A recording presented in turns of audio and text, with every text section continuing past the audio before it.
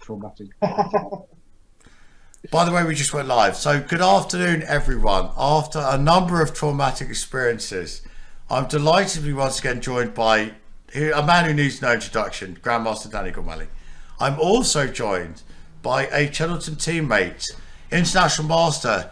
Is it GM-elect or not quite yet? Ezra Kirk. No, far from. Ezra, why don't you introduce yourself? It's lovely for you to join us. Please introduce yourself. Cheers, and thanks for having me. So I'm Ezra. Good to meet everyone. I've been a teammate of Simon's for the last almost a decade, actually. And yeah, I've been playing chess forever. International Master for last 7 years, 7-8 years. And yeah, very happy to be here. That's fair. Thank you very much for joining us. Is it fair to say, just very briefly, before we explain that we are back to a sort of 15-minute delay, that's all we can do. Your rating's been improving all the time, Ezra, is that right? Somewhat. I think recently, it wasn't until about a year and a half ago I slowed down a bit. But I'm stabilising around 2450. Are you a full-time player, mate? Because No, I'm not. I'm a data consultant. Right. Whereabouts do you work? If you don't mind. I'm living and working in London. Oh, nice. Which part of London? I work in the city. Sorry, Daddy, this is not speed dating. We're actually here to cover Simon's game. So I was making progress there, man. If you don't mind, also, Simon, sorry, Daddy, I don't mind saying this live. Get in the queue. Do you know what I mean? It's like, all right. Okay, Ezra, I don't know if I could chip in here. I don't know if you saw Simon's game this morning. Oh, I did. Which was the stuff of legend. And let me talk to you. I'm surprised that he's meeting this incredibly strong young Polish lad who's like 12 years old, 13 years old. First of all, how would you feel? You're an experienced player, an international master, you're pushing towards the GM level. How would you feel if you were playing this game? Bad. I hate playing young players. I feel like the first thing you look at these days is not someone's rating, it's their year of birth. Yeah. So actually, I don't know how old is he? What year is he born in? I think he's born like Daddy was like 12 years old or so. He's born like I don't know, a generation like I don't know Y or W or something. It's like he's born in like it's 201 something, Ezra. It's like sorry, yeah. So I think eventually you'll play somebody who hasn't even been bored yet. Yeah, Ezra, Ezra, what I don't understand is after meeting E4, I mean, I can understand why Simon, but bearing in mind that the pairings were only an hour before the game, why do you think Simon didn't play like C5 or E6 here? Because I know the young lad may be tooled up with his preparation, but he doesn't have enough time to like find Simon's weaknesses. So why do you think? Yeah. I'm surprised. I don't think Simon playing G6 was a good idea. I've been critical of Simon's opponents in the last couple of rounds. I don't understand why Simon didn't just play C5 or E6 here. Yeah, I mean, I agree with you. I think he was scared of prep. And I think with a lot of these young talents these days, they do have one or several coaches behind them, supporting them. And it's almost more, you're almost better off getting a slightly worse position in a less known line rather than just playing a main line and praying to the gods that the coach hasn't, got. So you, in principle, support his idea of what he did. So if we just go through the moves to begin, now we've got rid of Danny, because he's quite an interrupter, that Danny, isn't he? I mean, not like myself. I'm very calm. And Ça va, by the way. Ça va. Yeah, good, perfect. So Simon went G6, and the game continued. Let's go from the beginning. Now we've got a bit of reset. We've got a bit of quiet time. D4. Bishop G7, natural, Knight C3, D6, and I guess this is called like the Hippo, is it? I'm generally not very good at opening. Yeah, I'd call this the Hippo, yeah. I think, and so, in terms, talk us from your perspective, what's Black's concept here? Because Black's not put anything on not even a pawn on the fourth rank. Yeah, conceptually it's quite, it is something that generally more experienced players like to play against weaker players. Because it's actually strategically quite complicated. And I think with white, you can fall into this false sense of security that you've got a great position. I mean, any beginner is told, put your 2 pawns in the center, put your knights out, take your rook in the middle, put your bishops out, and essentially you've achieved a dream position, right, with white here.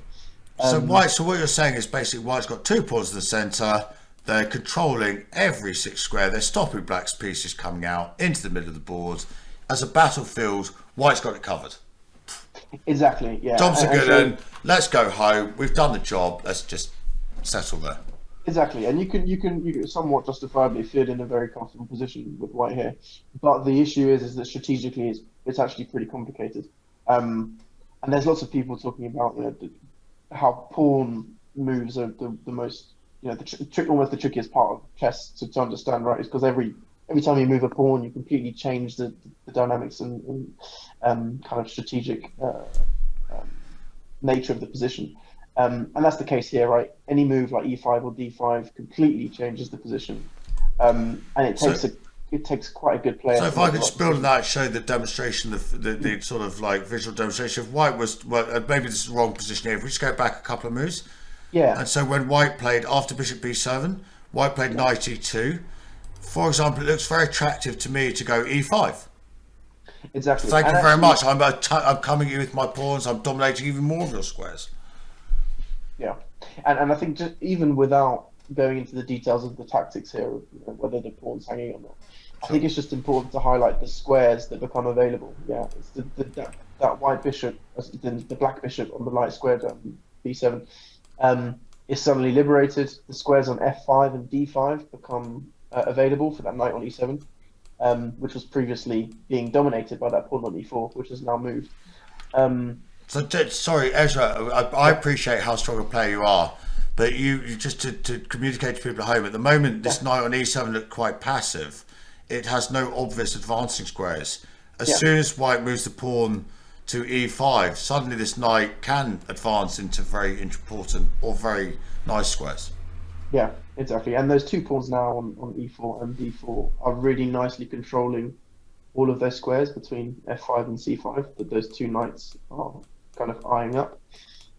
So it kind of looks silly for black, right? Because your knights can't do anything. But you're really kind of just waiting for white to make a mistake, and that's the nature of this opening for black. So Danny, over to you. Are you quite happy? So after, like, if we go to the live position, bishop b7 or the semi-live position, knight e2, I thought it was a very clever move by the young lad because he's kind of rerouting very. What do you think, Danny? Well, I think he's probably seen these kind of plans before. I mean, I know there's a line in the perk where you, I don't know if you know the bishop e3, what's it called, a 150 attack. Apparently, putting the bishop on f4 is even better nowadays, but I understand the concept. Yeah, but you often do that in that variation. Where you go knight e2, you put the knight on g3, where it just stands very well because you're defending e4, and you're aiming at the king's side.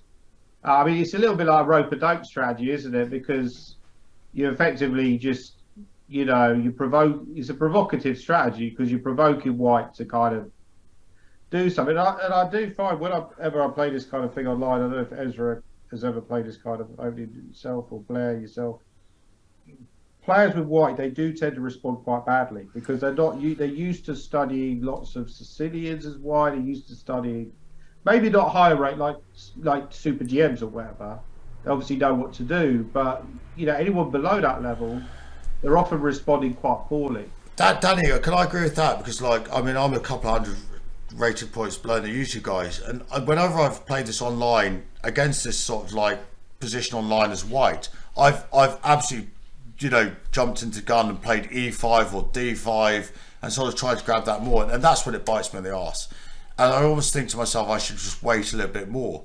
But it's quite a strange concept of like this waiting strategy. How long can you wait for? At which point do you have to pull the trigger yourself? And sort of like it's such a provocative opening from black. Mm-hmm. Like I feel I want to take advantage of it. Yeah. Sorry, no, carry on. Oh, sorry, I was just going to say you have to be very strong with white to be able to punish this. And it is a waiting game. But yeah, I completely agree with Danny. I mean, anyone below 26, 50 even would struggle to like really punish black for this. It really is quite a deep concept, isn't it, Ezra? It's like so easy to like look at it and go, this is just like it's anti all the principles of what we talk about, the basics of chess. let's just take the gun to the head and just like fire the bullet, you know, pop, you know. But it's solid. And you know, I think there's a. So let's just catch up to date with the current position. After 92, Castle C3 unstunned by White. It's almost like, is the ball back in Simon's court here? It's like, what does he do now? Like, White's not taken the bait. White's not, you know, done anything provocative against Black's opening. How does Simon improve his position here, do you think? Or yeah, I mean, C3 is the top engine move, apparently, but it doesn't really change. It doesn't really change your valuation position. That probably White's. So, Danny, can I guess the evaluation is like plus 0.9 here? I don't have it in front of me. No, I don't even think it's that high. I mean, it's not. Okay. I mean, I have seen Nakamura. I don't know, you know, if anyone follows Nakamura on Twitch, but I've seen him play at the modern a lot. You know, when he needs to win games on Title Tuesday. If he's playing the high-rated guys, maybe not so much. But if he needs to win a game on Title Tuesday, particularly if it's against a low-rated player, he plays the modern a lot, and he always seems. One of the things I notice when you watch Nakamura, he always seems to have options, right? Like he's always got options. Even if he's got a bad position, he can find options. I think he would probably calculate the move C5 here. By the way, so Danny, that's fun. I'll shove it over to Ezra as well, so to speak. I think we've got some couple of serious. Is Black taking the bait, Ezra? Do you think by doing something as provocative as C5 or F5, or is it still a sort of cat and mouse waiting game? Yeah, well, I think the C5. I mean, I think generally speaking, whatever you do, whether you're black or white, whenever you touch a pawn, you create a weakness. Right? I mean, I think you could pretty much any pawn you touch here creates a weakness, whether it's a square or another pawn. So the move C5 or F5 will make the pawns D6 or E6 weak. So it's just whether you're kind of. Ezra, can I be provocative? If I said to you as black, I'm just going to play here, what would you say about that? Well, I'd actually say that I was going to mention that as an idea. No, you're joking. No, as an idea. No. I was going to say it in a half humorously, but actually these ideas of Rook A7, Queen A8 are do exist in these kind of positions. Oh, really? Ezra, that's why we've got the quality people like yourself on stream. I was literally just like my hand reached to make a move, and it was meant to be a sort of passing move. Obviously, you know, I'm not that bad a chess player, but it was just almost meant to be. It's sort of that cat and mouse game where I don't want to play C5. I don't want to play F5, whether it's concretely sound or otherwise. I literally just want to like say to White, okay, it's your go. What are you going to do now? I'm going to maybe put the idea in your mind of this Queen A8 attacking E4. I guess White would play Knight G3, for example. Yeah, I'm not convinced of the Queen A idea in this exact position, but it is definitely an idea, and you know, we can be pretty sure that Simon would have considered it. And by the way, guess what he played? Did he? There you go. There you go. By the way, Ezra, I don't know if you know that I'm a half-decent chess player, but it's very rare that I can find. In the last 2 days, I've been able to predict a couple of moves as and when. And I don't know about that. It's very kind of you to say so. But he did actually play Rook A7. And by the way, as I suggested, White just played Knight G3, not biting. Do you feel like you're like, you know, gradually turning into Simon, watching him so much that you just want to sacrifice everything and play the weirdest move you can spot? It's vicarious living, Ezra. It's not sure into a case. I think it's more to the case that a blind squirrel finds a nut from time to time. Anyway, I'm talking too much. Let's put it over to Danny. He looks exasperated by this whole concept. Well, no, it's interesting. I think the thing is the same concept, but yeah, I mean, I'm sure Simon's seen this idea before. Like Ezra said, I mean, I must admit I haven't. Rook A7, Queen A8. It does actually ring a bell now, mate. The problem is C5. Let's say you've gone to C5, you take on D4. I mean, the point of White's gone to A4, you do have Knight C6 as a follow-up. With the idea of Knight B4 maybe. But then White goes Bishop D2. So I don't know if Black would then have a good follow-up. I mean, maybe you could think about E5. I mean, you could do all that after Queen A8 anyway. By the way, Danny has played C5. Oh, he hasn't gone Rook A7. No, he went Rook A7, Knight G3, and C5. Right, that's the sort of live relayed position. That's kind of mixing your plans, right? Yeah, because the other thing you can do is play stuff like Queen A8, Bishop C6, Rook C7, and then double on the C file. Sorry, Ezra, do you want to play C5 first? Forgive me. Well, no, yes. So okay, so C5's on the board. This is the live position as we understand it. Yeah, so what I was saying is essentially that the rook on a7 doesn't only allow the queen to go to a8, but also someday in the future the rook will go to c7 and you can double up on the c file with the other rook. So you might open it up or keep the tension there, or open up at the right time for black, is what you're saying. Yeah, so the rook a7 move is very, very prophylactic. That's to say the least. Sorry to interrupt, guys, but according to the feed I've got, he hasn't gone rook a7 at all. Maybe that's just the moves that I put on the board just to entertain myself. Yeah, he's just gone c5 directly. He hasn't gone. Let me just find out if I can find it. If I refresh, I'm just let me just find out. Okay, I've got to find this game again. We're not using this website, by the way, so just to let everyone know. What game did you say it was? 44. Yeah, last one. Okay, hold on. Let me just see if that works back on the stream. And okay, by the way, I do apologise.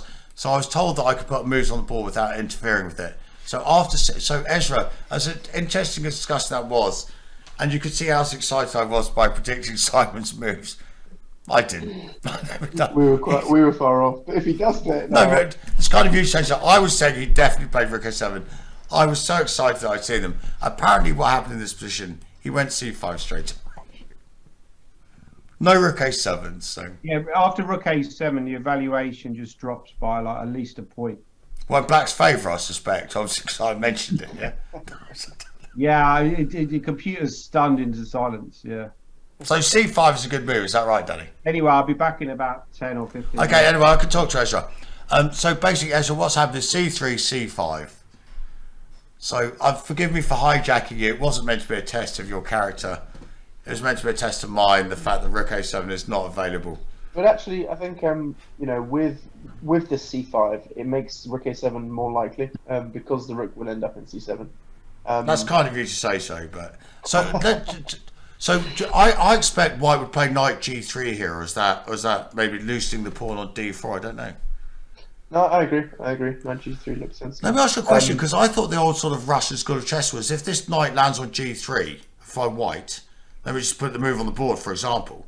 Obviously, the concentration of pieces with the king seems to be around the king's side, but this knight has no obvious, it's dominated by that pawn 3 squares in front of it. Yeah, I've always found that really weird, and actually I can't really explain it, but it happens in lots of different openings, like the Royal Auclairs, lots of Sicilians where the knight ends up on g3, even though the pawn has been on g6 forever, right? Sure. But it's just, it kind of just works. It's really hard to explain why strategically it makes sense. It almost feels to me like this is like, I think this is that concept in life, maybe like people like a bit of clarity. And this is a position which is not going to lead to any clarity anytime soon, is it? Unless someone makes a mistake or does something a bit silly, like I might do, for example. Like as White, I might be chomping the bit trying to go e5 or d5. And that's probably the wrong concept here, I guess, is it?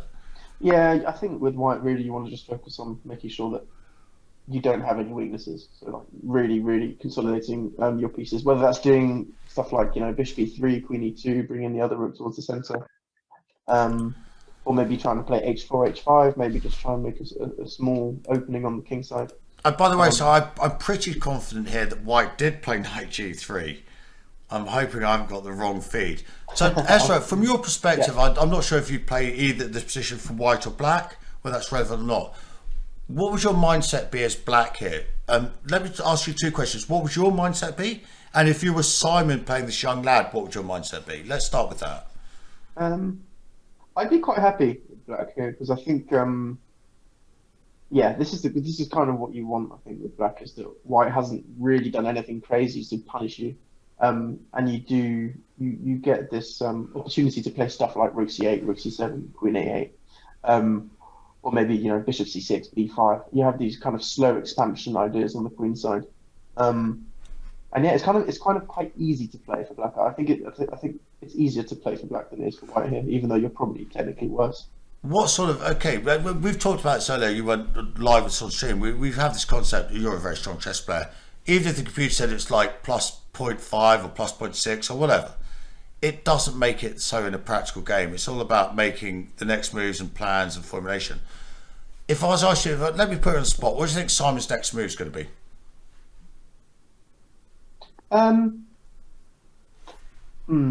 It depends if he goes for the rook c8 plan or for the b5. By the way, I was going to say rook c8 if you're interested. I was going to say just play rook c8 here, but I'm not. Yeah. I don't have maybe the depth or insight that you have. I was just going to like try and improve the position of one of my pieces by putting it on c8. Yeah, it's quite tricky Maybe because you have stuff like queen e2 coming. So sorry, for let me example, play that off the board. if you play rook c8, So if rook c8, for example, queen e2. Queen e2. You have to answer the question of what do you do with a6? Oh, I see. You've got an immediate threat, of course. So. Yeah. So I'm not saying this is right or wrong, but it is stuff you have to consider. So maybe instead of rook c8, you can play maybe bishop c6 is interesting here. And so this looks to me to be a very funny move. What's your concept behind bishop c6? So I'm trying to play b5 and just get more space in the queen side. So obviously you agree that white's got a little bit more domination in the centre. I know you understand that. And so you want to like have a little bit of like pushback for black on the queen side. Yeah, because I mean it's kind of like if white doesn't do anything, what do you do with black? And I guess the natural thing here is just to take space where you can take space. And b5 is probably the easiest or at least most apparent way of gaining space in this position. I think I understand a little bit about chess. If I was in this position, if white doesn't do anything, I thought this is a game where I don't have to do anything. I thought it's just like, I just wait. I mean, I'm not saying I don't want to win the game, but it's like, for as long as possible, I'm just going to bait you and bait you and bait you until you take the bait, and then I'm going to do something. But, I don't, but you're looking at positive ways to improve black position, take a bit more space, take a bit more control of certain squares, maybe have ideas of b4, increasing the power of the scope of this bishop at some points. Yeah, it's tricky. I mean, you can even take a more concrete approach, right? So let's look at and I'll keep an eye on the live, by the way, if it goes there. It's 93 still live, by the way. Still live. If I press refresh, I'm just not sure how it quite works. But yeah, no. So Simon's been thinking for a few minutes, I guess. I'm afraid we can't. And we have got the live times up, so it's like they've got a similar amount of time, and Simon is still thinking. Yeah. Okay, so he actually went for knight c6. I'm on the live. Okay, I can see that now. Okay, let me just promote that variation. I can do that. Obviously, like we've got the chess.com feed here via some other people, of course. Anyway, knight c6. So Ezra, why do you think he played that? So what I was actually going to suggest before he played knight c6 is the more concrete approach of playing c takes d4, knight c6. And essentially you're saying, I'm attacking d4, but I'm also thinking about playing knight b4. With the same idea of just gaining a bit of space and maybe just asking a few questions. And also, I think it's an idea, whenever, as you alluded to or said directly earlier, whenever you move a pawn forward, I know it seems to be a hackneyed phrase, but this pawn can never be back on b3, so b4 will be a pretty solid potential outpost, however much it does, a different matter, but b4 will always be a square for the knight, won't it, or a square for the black pieces. Exactly. Yeah, and it's with black, you have to just play with the tiniest thing that you get, which in this case is the b4 square. You just have to try and make the most of it. But what Simon did is the same thing, but more clever, where you just keep the tension and you just leave it there. But so, Ezra, in your experience, would you say this is quite a, even for me, this is quite a high, I mean, is this quite a high level game of chess in the sense of like how they're playing? There's a very subtle dynamics about whether to capture on d4, when to capture on d4.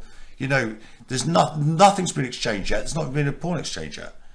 And so it's not like there's a lot of calculation dynamics going on. There's not going to be any immediate attacks and immediate checkmating threats, for example. Yeah, it's very strategic. But I think with these positions, it's also high tension. So, and what I mean by that is that you can have lots of different types of pawn breaks and lots of different types of pawn pushes. So the tension is quite high because you don't know exactly where your opponent's going to play. So I wouldn't be surprised if this does get a bit crazy later. But at the moment, it is just a bit of a kind of a strategic crawl for both players. And so in terms of their time handling seems pretty sensible. They're both taking about half an hour off their initial clock, give or take their increments.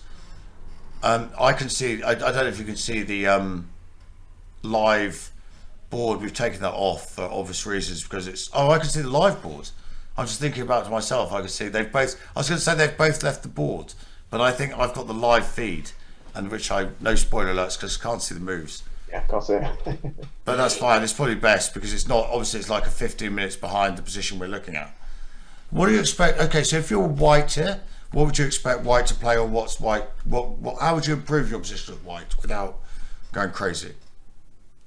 I mean, very subtle moves like H3 are often pretty good for White.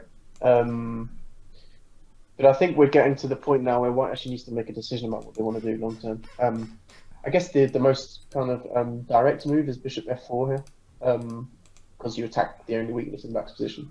So let's just. I'm not suggesting for a minute you're saying this is the definitively best move, but clearly you're developing a piece and you're attacking D6. So appreciate I put you on the spot there. What I mean, okay, let me just. Let's just run with the ball for a minute. I'll go Queen E7. I don't know if it's a good move, but let's try this. Yeah, no, maybe. Yeah, I mean, I actually quite like Black already. Oh, really? Yeah. So so let's talk to our audience. Like, if I can be that polite. For me, White looks like they've got a lovely setup. They've got the 2 pawns in the centre. Everything's defended. My king's safe. Why do you? It's a very deep understanding for you to say that you like Black. Can you explain to us why? Yeah, I guess I don't mean by that I think Black is better. I just mean by that I think it's easy to play with Black, because you have this really nice bishop on G7, which is just putting pressure on this D4 square. The plans are quite easy. You might just play Queen E7, bring the other rook to C8. This one, do you mean? Sorry, just to clarify. One or the other. Okay, sure. And then you can take on D4 and play Knight B4. The B5 break is coming. I think the plans are quite. It's quite obvious to make small improvements. Whereas with White, as you asked me earlier, what do you do with White? It's actually not that nothing jumps out at you as a very obvious move. So the choices are more difficult to make as White. So can I build on that even more? I mean, when you're playing a young lad who's obviously incredibly good chess player, but he's beaten some 2600, not some, but I don't know check those specific results. But maybe he's needs to formulate new. I'm not saying he's not seen this position before, but maybe you need to formulate new plans a little bit over the board. Does that make any sense to you? That maybe the young lad needs to try something, new to him in this situation? Yeah, I think so, and I wouldn't be surprised if he thinks for quite a while actually at this move. By the way, it was like happenstance rather than like specific. But Treddy 007, who I know a lot about chess, he said, quote unquote, personally, I think the Hippo is a good choice against a junior. Yeah, I tend to agree. Just because you get them out of kind of these famous territories, and you have to think on their own 2 feet really. So I tend to agree with that. Indeed, so White's had a little bit of a think here, and it's understandable, I think, that White's had a little bit of a think here, because an obvious move, like you said, like not an obvious move, forgive me, I'm not putting you on the spot. Bishop F4, it develops a piece, it's a sort of very stereotypical way to play, but it's sort of like, as you were saying, it allows Black to simply defend that pawn in a manner which improves his position. Yeah. And it's quite hard to consider, there's no obvious way of increasing pressure on D6. So it's kind of like, it's not a one move threat. Obviously these guys are a lot deeper than that, but it's kind of like, okay, I've done that move.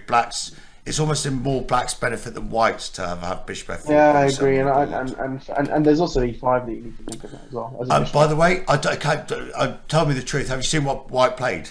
Bishop B3. Okay, you have seen what White played. Okay, that feels, I don't know, it doesn't feel right to me. Maybe I'm wrong. Yeah, it's kind of what I was saying earlier. You just want to make sure that you protect E4 and D4 as much as you can. Okay. You just hold the centre. I was going to say that, but I was thinking piggybacking off you that Black would just play Queen E7. I'm not, obviously you need to take your time. It's a strategical game, so no rushing is required here. Queen E7 just looks like, almost I think to myself, okay, back at you, White. Maybe White would play Queen D2 here. I don't know how beneficial that is, but anyway, we invite you here for a reason. What do you think Black should play next? Yeah, I'll show you. Quick scan. It's not so obvious. By the way, Ezra, we've got a couple of questions coming in the chat. First of all, I don't know if you can see that. Did you send? Danny went in the midst of battle in Simon's Magnus Opus earlier. He received a package through the post. I don't know if you saw that. No, and he literally went, I've got to go. Someone's knocking at the door. I've got a package. He came back and it was like vibrating. Anyway, it's from Ezra, and then he just went silent. So the chat was though, did you send Danny anything through the post today? I wish I had. I wish I had. Really? Oh, well, no. I'll try and get his address so I can think of something. So it's fair to say if you don't have his address, it's unlikely that you randomly put an address in England and his. Yeah, unless I got very lucky. I don't rule it out. You're a man who can. So like, anyway, that's not. By the way, I don't know if they warned you that if you come on stream with me, you will get the odd awkward question. Oh, it's fine. We played in the same team. we have, but only when they're short of members. In fairness, I mean you're a standing dish, dare I say, quote unquote. Anyway, back to the how. By the way, we've got a question in the chat. You've come to the right place. How's Simon doing, guys? I mean, I think he's on 2 points out of 2. He had one of the most fantastic Zorakaya. If you do want to watch it back or see the game he played this morning. I appreciate you can only do what your opponent allows you to do, but boy, oh boy, what a game. Yeah, that was very impressive.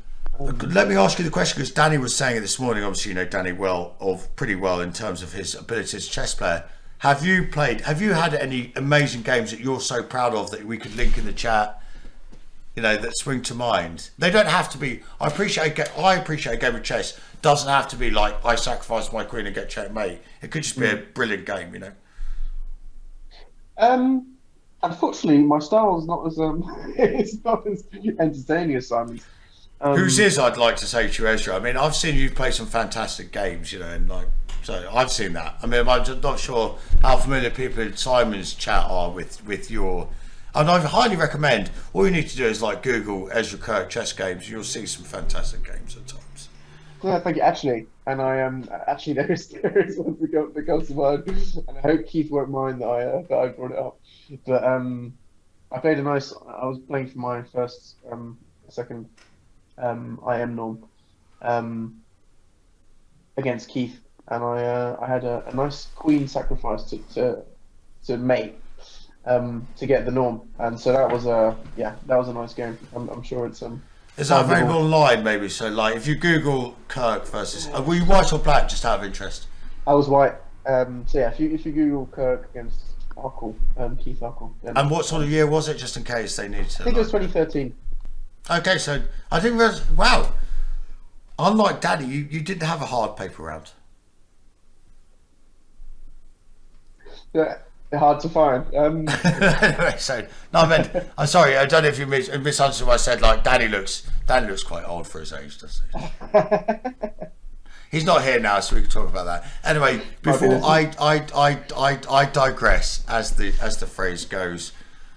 How many Twitch subs to get Danny a vibrating package? Well, none. I think that's just what it looks. Anyway, let's go back. This is going to be quite a long game. Isn't it? I think this is like, because we, by definition, I think I can establish this.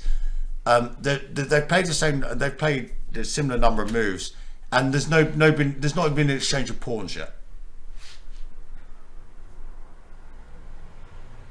Yeah, it's So I appreciate that by powers of observation, do me credit that there's not been one exchange of anything on the boards. Yeah, although and something to consider here for Black is takes on d4. So for example, you're saying takes on d4, yeah? Yeah, pawn takes d4, and e5 now.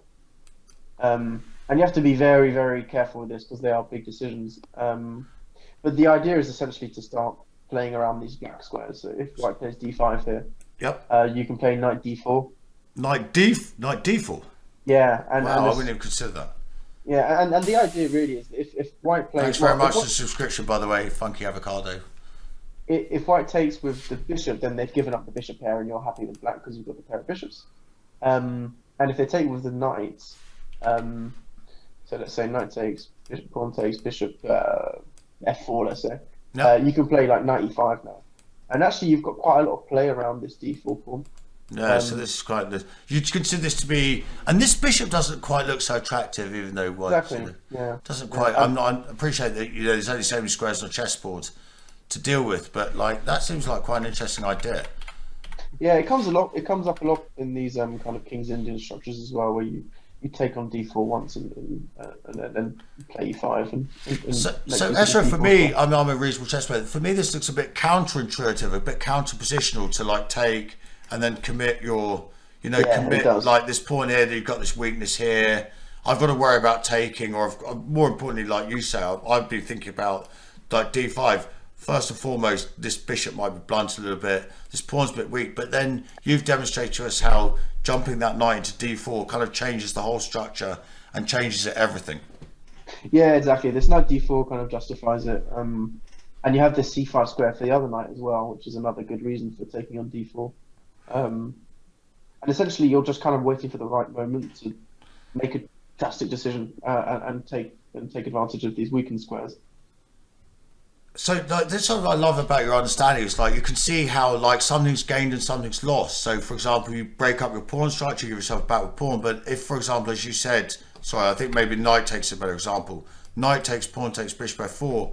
You suddenly have, so many squares available for your pieces.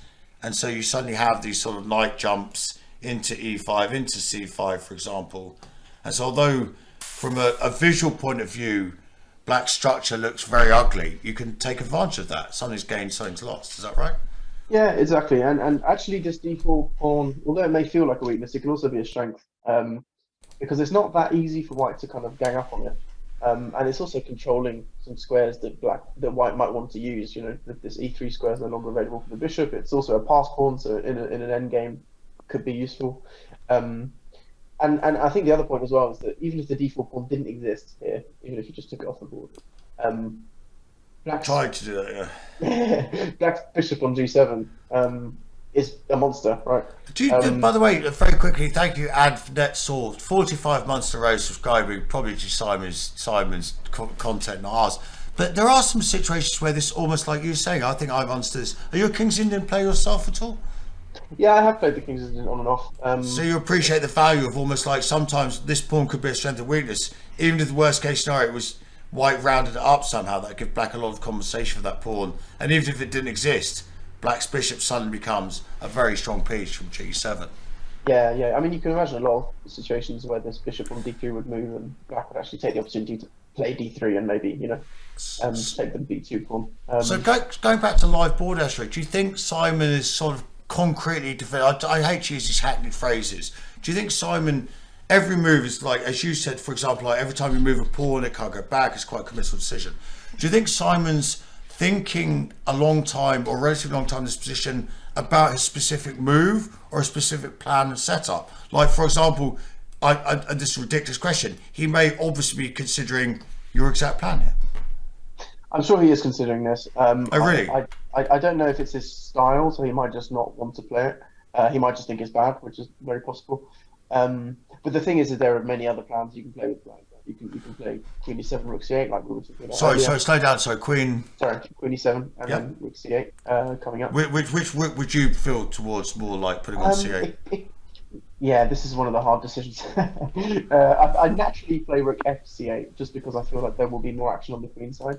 Okay, so one of the I used to be a coach of younger players when I was younger myself, and to a slightly advanced level in a situation like this, they'd always ask, a great question for the more advanced players would be, if I want to put if I want to put my rooks on, say, if I want to move a rook to c8, how would I decide which one to move there? And obviously, teaching young players, I sort of say to them, imagine where you'd want your other rook, if that makes sense. Sure. Danny, are you sure about White's prospects of like this game? No, not at all. I mean, it seems to me like the evaluation went a little bit up for White at the opening because Simon played a sort of hippo standoffish game. Ever since that point, I know we can't extrapolate to this degree, but it seems to me that every move's just getting a little bit. It feels to me that every move's getting a little bit worse for White, and that accumulation of small advantages. At the same time, as I said, I stand by what I said earlier, that you're playing this kid. He's obviously very, very confident. He's just beaten two very strong players. He's white. He's happy with a draw. He's tactically very sharp. It's not going to be easy to win the game. I'm not saying that Simon won't win the game. Sure. I'm saying Helm's Knight, thanks very much to Raid. I'm pretty confident, obviously, computer versus computer, which we talked about a lot. This is well within drawing territory. Don't get me wrong. I think that, like, even in this position, if Queen 6 could move. Knight d2 a move here. I mean, I would play Knight d2 here. I don't know if that's a good move. But By the way, it might be the only move. By the way, Danny, that feels to me, I was going to say, in a different level of understanding to Ezra, this feels to me like the sort of move the kid would play. If I could call him the kid, I do apologise. It's not meant to be rude. That could be his nickname, the kid. Yeah. you should do these walk-ons they do. Thanks very much for the raid, by the way. That was nice. Very nice. The most naturally gifted player to ever play the game. Danny, I'm just wondering, because did you ever have a nickname when you were like young? Well, I did have a nickname in chess, which is like the Gorm. The Gormical. Or the Gorm, the Gormalizer was one, yeah. The Gormalizer. Yeah, I don't know. I think Chris Howe gave me that nickname, but I'm really strong enough to have a nickname, you know. I mean, what about the top players? Do they have nicknames? They don't really have nicknames either, do they? Like Magnus, does he have a nickname? God. No, God, that's very sweet, isn't it? Yeah. Ezra, have you ever had a sort of, dare I say, is it correct a pronunciation or a phrase, a nom de plume? It is. Yeah, still use it. Yeah, they say surnom for a nickname. Is that a French? Is that a French phrase, nom de plume? I don't know. Yeah, I get it's your pen name. Is it? Yeah. By the way, guys, apparently there's been a big development in the van chat game. There's been, by the way, very quickly, sorry, Danny, I apologise sincerely because, let me just put it out there, what do you reckon Simon played? 92 was on the board. There's only one move that Simon's going to play here, whether it's good or bad. Okay, don't tell me, right? I don't know what it is. He's been itching for 2 days to start playing. Now I'm starting to slightly concern myself about his approach to this game. Simon's. The first time in 2.5 games. Oh, he's played H5. Yeah, of course, he just played H5, of course. I don't know it's good.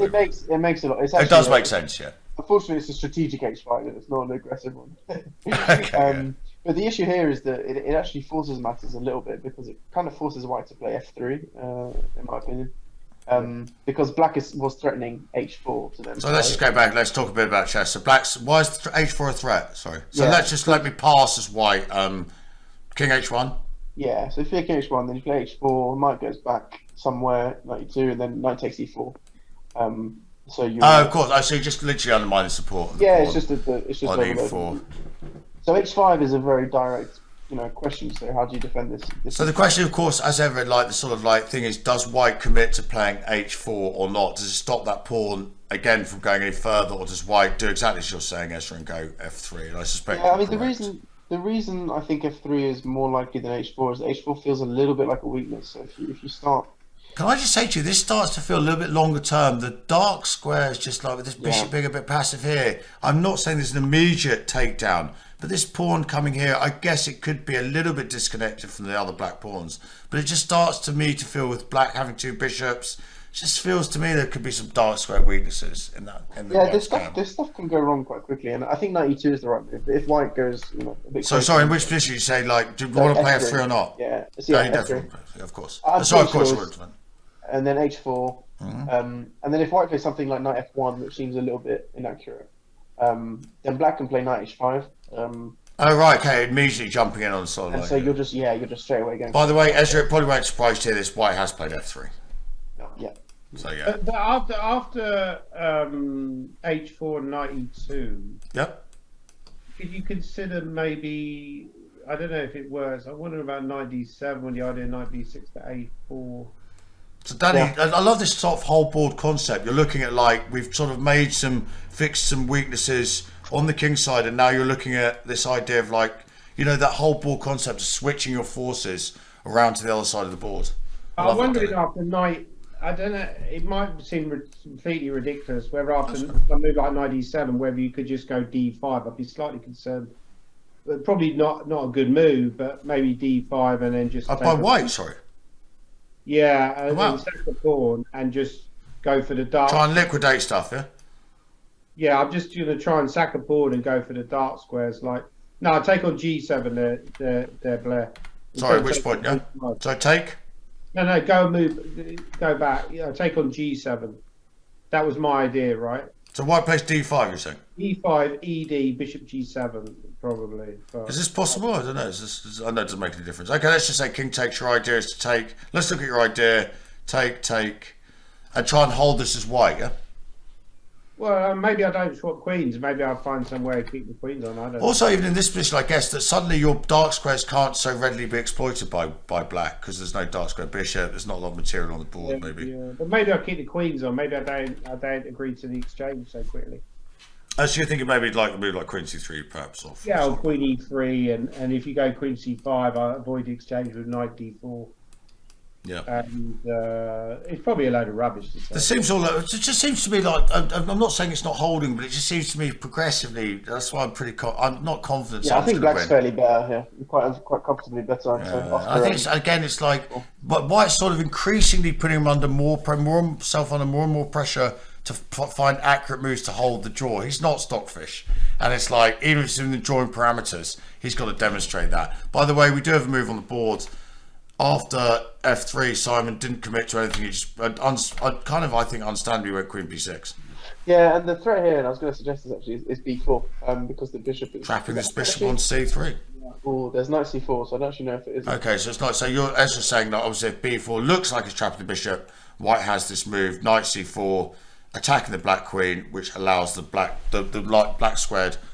dark squared light bishop to escape on the backwards diagonal. But then queen b5 would happen and something like d5. So yeah. So I think you're right. b4 is a threat. I just love the way that Simon's playing this. He's not sort of like, maybe I'm biased, but I'm not biased. I said to you earlier, Blair, that I think he's a much better player than he gives himself credit for.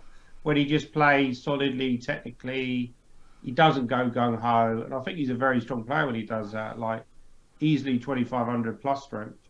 But the problem is he has too many games where he does go a little bit gung ho, a little bit banzai, a little bit over the top, kamikaze even at times. Well, by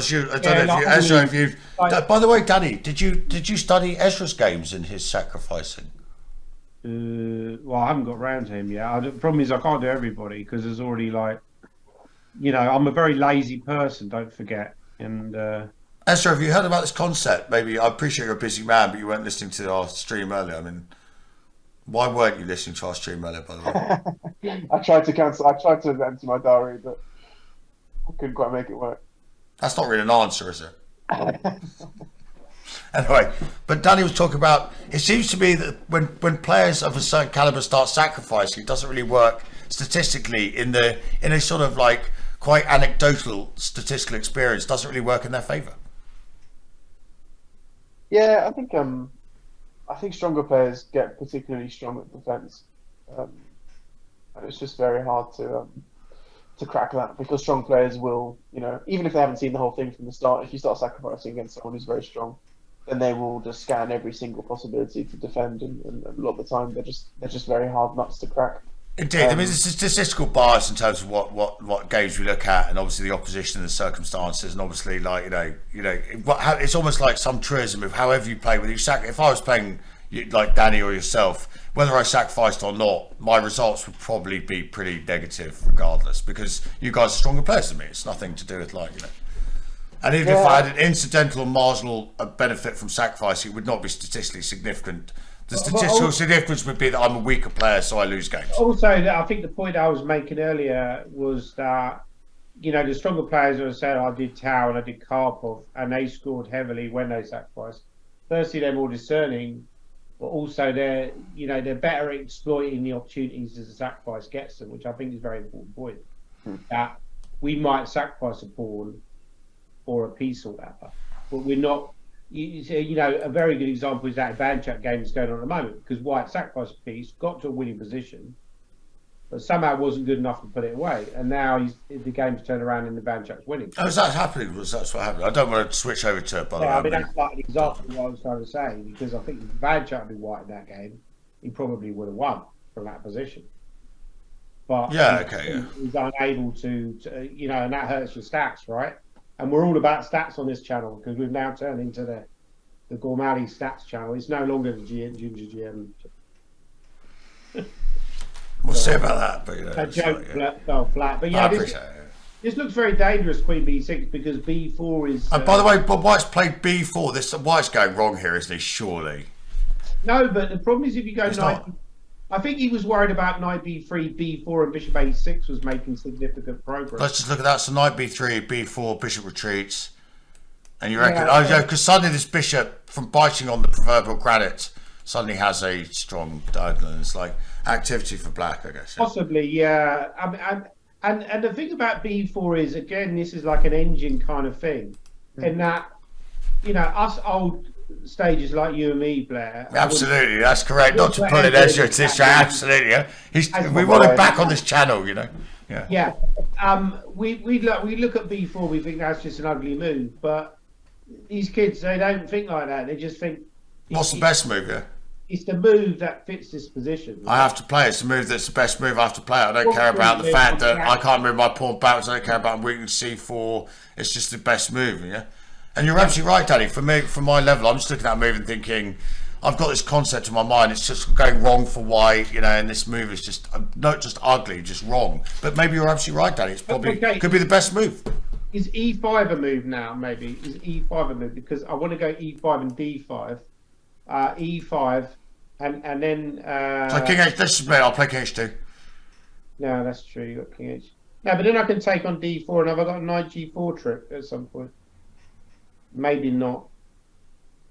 Oh, I see what you're saying. Like lining up on the d4. I see. Like just trying to complete getting the two bishops. Yeah, in fact, it does look very ugly. That does, again, as Danny's pointing out, just in the comments in the chat, it looks ugly, but doesn't mean it's not the best move, does it? It doesn't mean that b4 is not the best move. Yeah. Yeah. I mean, that's really important, isn't it?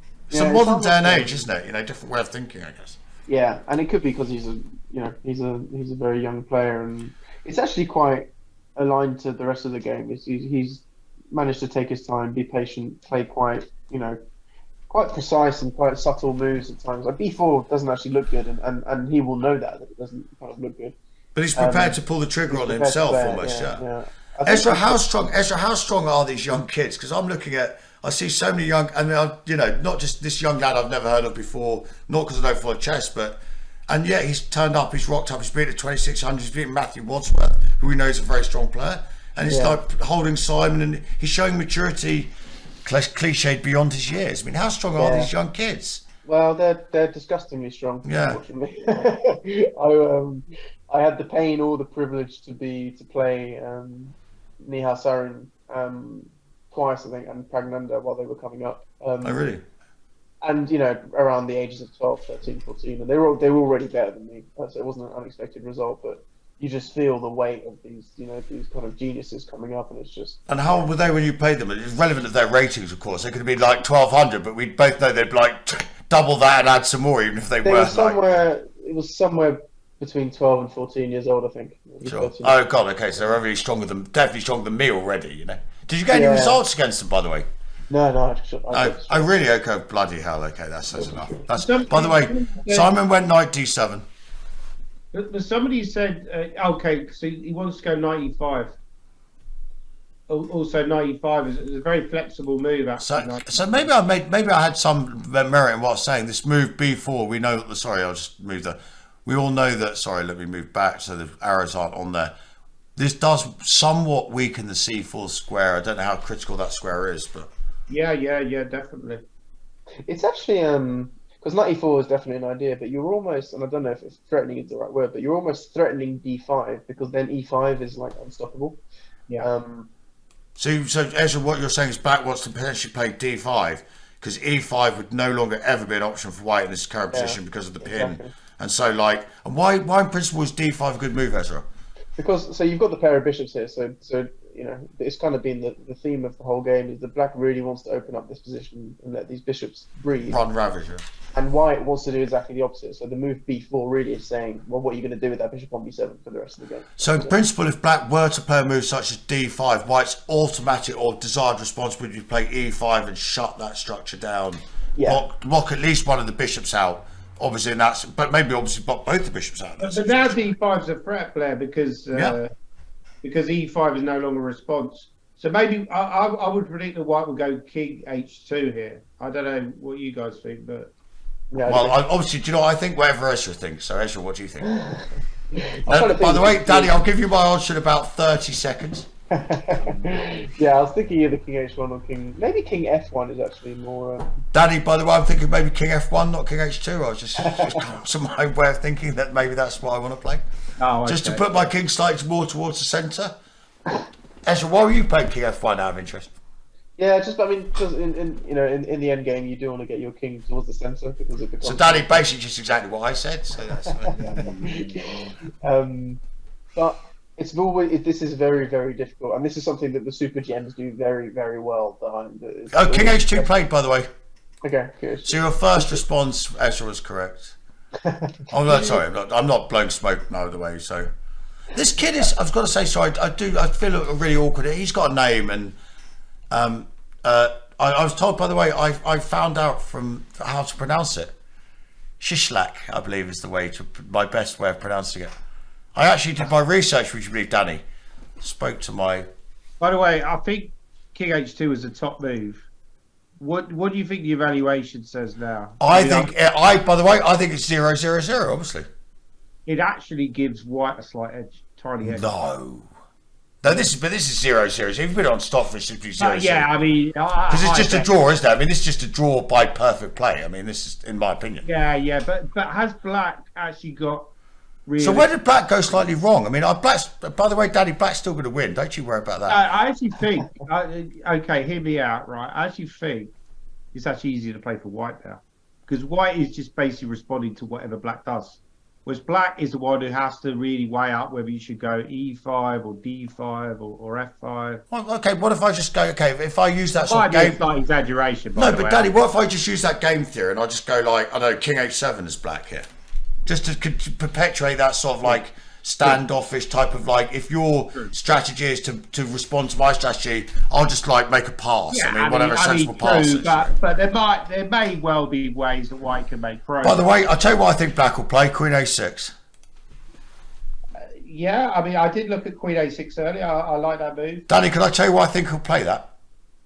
Because I know that's just what he played. Okay. And it's a sensible pass. It looks like it's a better pass than my King H7. It looks like it's got some, I don't know, I appreciate the B pawn needs to be protected, but it looks like it's got some, it's a pass without, it's a sort of an active pass, if that makes sense. So it's kind of like back over to you. I mean, I think Simon in this game, regardless of whether he goes on to win it or not, has actually showed a lot of progress to me, because I feel like this is a kind of patient chess that he should be playing. Danny, I think you made a fantastic point there. And especially, like, I don't know what you did in the interview. I can only guess what you did in the interview period before rounds turn 3. Moving that to putting that to one side.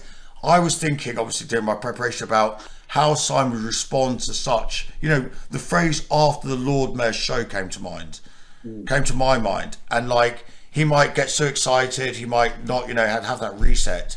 And yeah, I agree with you that the way he's approached this game. Look, what's the worst case scenario? Not the worst case scenario, but it's possible this game is a draw, Danny, as you suggested. And he should be happy.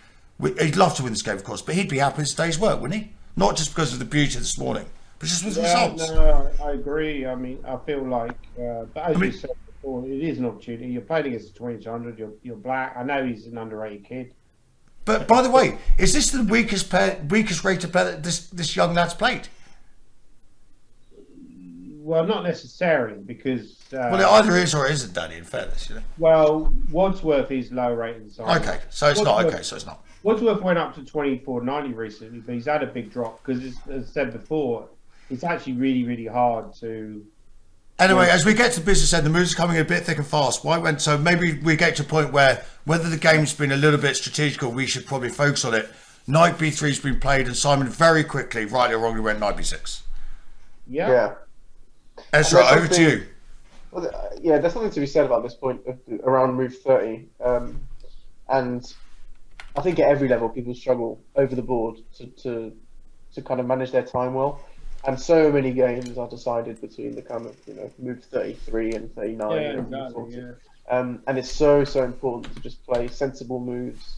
If you have sensible moves and you just want to get to move 40, then just play them, because you playing the third engine move or the first engine move is not going to define whether you win the game. It's do you have enough time on move 38 to actually make sure that you're playing? I certainly think it's true that in the opening you need to play quick, confident moves, and you actually, I think the people, there's far too many players have spent too long in the opening.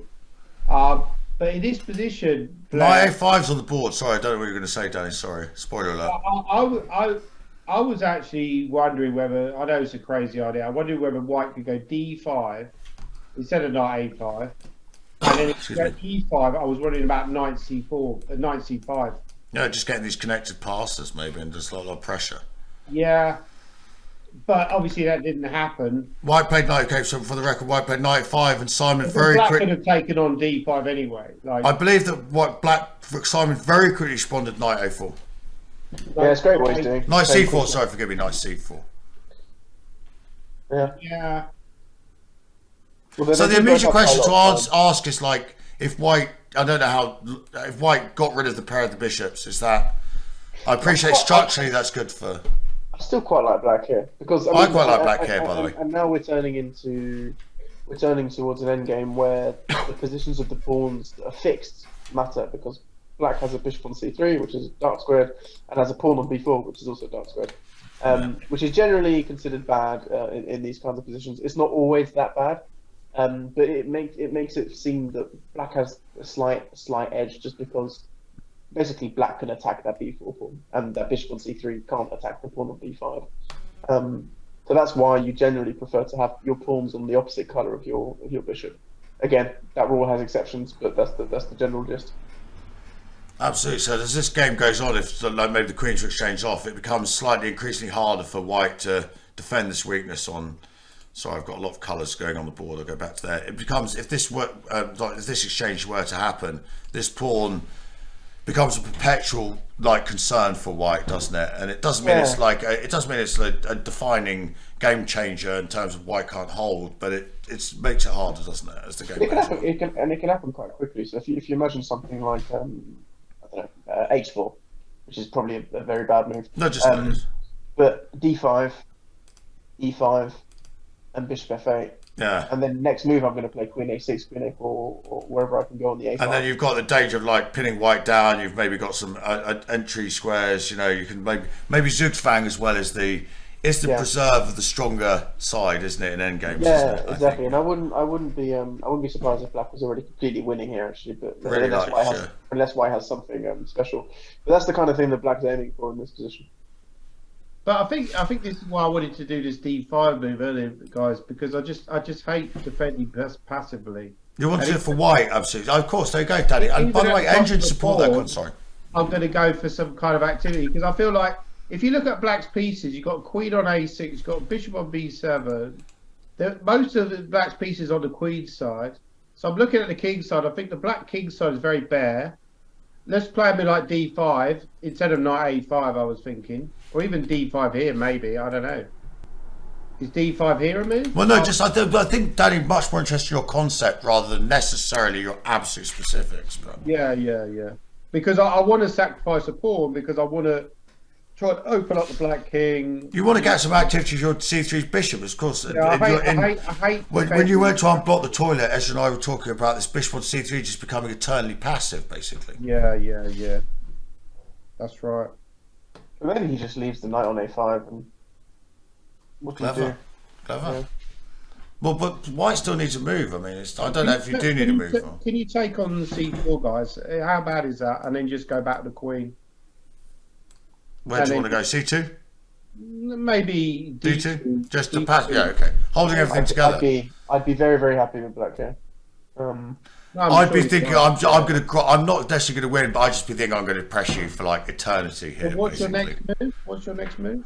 King h7. I don't really care. I just do whatever I want. I just I'll go outside, have a breath of fresh air, and just keep keeping you stressing. Then I go d5. Then I do my d5 stuff, right? Yeah, I was going to play d5 with black actually. Yeah. We do have a move, and that is he went.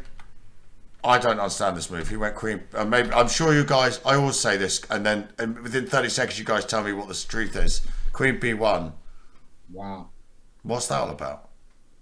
Or maybe it doesn't change anything. Right? It's just leaving the knight on a5. It's just a pass, yeah. Because the point is of keeping the knight on a5 is that black can never really play d5 until you've taken on b7. Because if you play d5 now, yep. e5. E5, yeah. now the white knight is going to come back to d3 to c5, and now white is. And also, this bishop is horrific. Yeah? So this we have now the problem we're talking about. This bishop will never. It's so caged eternally here, basically, isn't it? I see. It's a bit of a standoff. His opponent's playing very cleverly, isn't it? Like Queen B1. It looked ugly to me, but apparently the concept is so much deeper. Queen B1's prophylaxis to maybe just cover the A2 square just in case, but it's kind of like doesn't change anything. I guess is that the idea? Yeah, I think so. I'll be back in just 2 minutes. Of course, yeah, of course. Welcome back. Yeah, we'll talk amongst ourselves, Danny. We're no strangers to that, are we? So. I mean, yeah, it's hard to change the evaluation here. Oh yeah, you know my D5 move. It was actually the top move a couple. No. It was honest, actually, and before that. No, Danny, you're a modern player. Computers love this sort of giving up a pawn for activity. You know, even if all roads lead to a theoretical computer draw, they just don't love sitting and suffering. They're just like, let's get on with it. We're slightly worse. Let's resolve this situation ASAP. But it does make some logical sense because you know black doesn't have any defenders on the king side, and you know that's what I'd be concerned if I was black there that white would play d5 because I'd be thinking, you know, yeah, with my queen on a6, you know, how do I ever get the queen back to defend if white does manage to get an attack? So yeah, and there's not many pieces left, so the queen could be an important potential defender in certain scenarios, couldn't it? There's not that many pieces left to defend with, so it's not like a middle game where you can bring back another knight or a bishop, for example. But having said that, it's still this idea d5 is still present in position at some point. It might happen later, and it's still a very tense situation. It's not clear.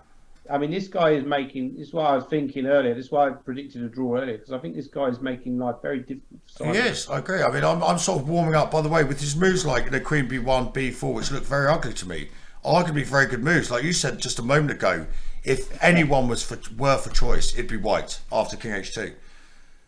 And so, even though I feel that the young lad's position's got a little bit worse, it's not the case at all. Maybe I'm doing. Okay, let me ask you a different question, Danny. Yeah. I appreciate this could go one in two directions. The young lad, do you think who tires quicker? Like the young lad because he's had this brilliant results the last couple of days. He's got up at 9 o'clock this morning.